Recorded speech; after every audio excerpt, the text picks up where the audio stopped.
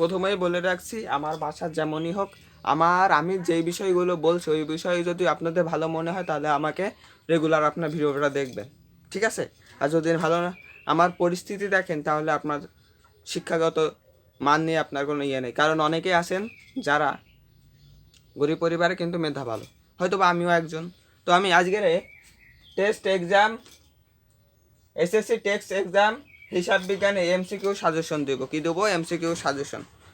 তো এবং আমি বলি, প্রথমত একটা কথাই বলি, আমি আপনাদের এমসিকিউগুলো আসবে হচ্ছে দ্বিতীয় অধ্যায় থেকে আসবে, প্রথম অধ্যায় থেকে আসবে, রেয়ামিল অধ্যায় থেকে আসবে এবং জাবেদা অধ্যায় থেকে আসবে এবং 10, 11, 12 অধ্যায় থেকে কিছু কিছু আসবে। তো এবার আমি বলি যে এমসিকিউ 7 থেকে 8টি যদি কমন পেতে চান তাহলে অধ্যায়ের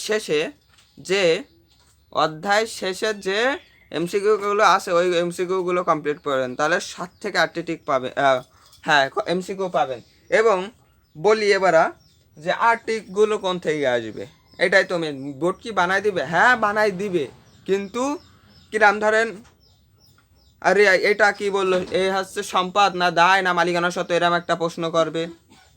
কারণ আপনারা গুগলে সার্চ দিলে পাবেন যে এসএসসি ব্যাচ 2024 সালে যারা পরীক্ষা দিয়েছে তাদের প্রশ্নগুলো কেমন এসেছিল। হিসাব বিজ্ঞানে একদম পাশ করা সহজ, একদম এমসিকিউ যদি শোনেন, আমার একটা কথাই যদি বোঝেন তাহলে সাজেশন আপনারা একবারে পেয়ে যাবেন। তো আপনারা যদি পুরো অধ্যায়ের যদি পুরো বইয়ের যদি এমসিকিউগুলো করেন, মানে পুরো অধ্যায়ে যদি অঙ্কগুলো করেন না, তাহলে আপনার এমসিকিউ পড়ার দরকার নেই। পুরো অধ্যায়ের যদি অঙ্কগুলো করেন তাহলে আপনার এমসিকিউ পড়া বা কোনো কিছুরই দরকার হবে না। এবং আপনারা যাদের অনেকেরই আছে যারা কিছু কিছু অধ্যায় পারে, কিছু কিছু অধ্যায় পারে না। তো আমি বলি যে অধ্যায়গুলো পারেন সেই অধ্যায়গুলো আপনি কমপ্লিট করেন। আপনি ধরেন 6টা অধ্যায় পারেন, ঠিক আছে, আপনি 6টা অধ্যায় পারেন, সেই 6টা অধ্যায় নিয়েই পড়েন, ভালোভাবে পড়েন এবং অঙ্ক করার সময় সেই অধ্যায়গুলোই দিকে ফোকাস দেন, ঠিক আছে? এবং আর বাদ বাকি সাবজেক্টগুলো করেন কি, অধ্যায় শেষে যেগুলো আছে ওইগুলোই কমপ্লিট করে। তো আমার এই ছাড়া কোনো আর সাজেশন দেওয়ার রয়েছে না। এই বিষয় যদি বোঝেন তাহলে আপনি বুঝতে পারছেন। তো আজকের ভিডিওটি এই পর্যন্ত শেষ করছি। এটা খুবই শর্ট একটা ভিডিও হয়েছে, আমিও জানি।